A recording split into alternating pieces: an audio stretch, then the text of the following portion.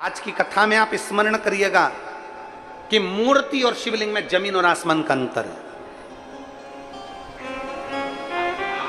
33 कोटि देवताओं की मूर्ति होती है, पर शंकर भगवान का मूर्ति नहीं, शिवलिंग होता है।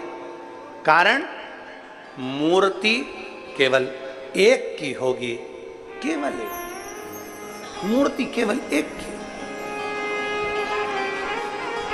राम जी की मूर्ति है तो राम जी की, कृष्ण भगवान की मूर्ति है तो कृष्ण भगवान की, देवी जी की मूर्ति है तो देवी जी की, इंद्र की मूर्ति है तो इंद्र की, गरुण की है तो गरुण की, वरुण की है तो वरुण की, ब्रह्मा की है तो ब्रह्मा की, सावित्री की है सावित्री की, गायत्री की है गायत्री की, लक्ष्मी की है लक्ष्मी की। मूर्ति केवल एक देवता की, राम जी की है तो राम जी की, कृष्ण की है तो कृष्ण की। मूर्ति एक देवता की होती है और शिवलिंग एक देवता का नहीं। जिस घर में शिवलिंग होता है वहां 33 कोटि देवता एक ही स्वरूप में विराजमान रहे।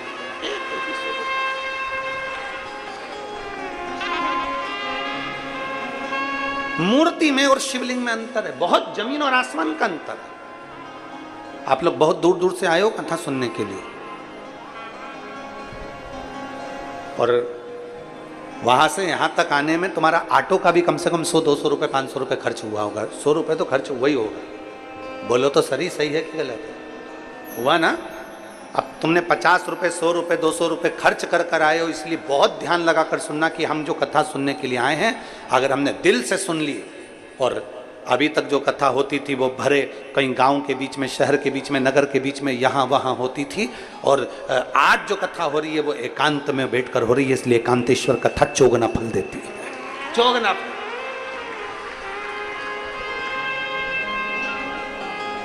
मूर्ति में और शिवलिंग में जमीन आसमान का अंतर।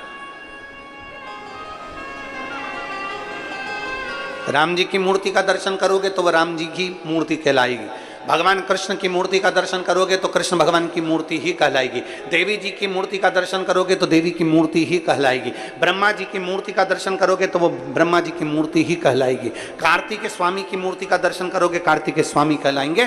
गणेश जी की मूर्ति का दर्शन करोगे तो वो गणेश जी महाराज कहलाएंगे। केवल एक शंकर भगवान की कोई मूर्ति नहीं, शंकर भगवान का केवल एक लिंग स्वरूप है। शंकर भगवान का एक प्रतिबिंब, एक प्रतीक शिवलिंग के रूप में है। इसलिए अंदाजा लगा कर रखना कि मूर्ति में एक देवता होते हैं और शिवलिंग के अंदर 33 कोटि देवता विराजमान होते हैं, सारे देवता।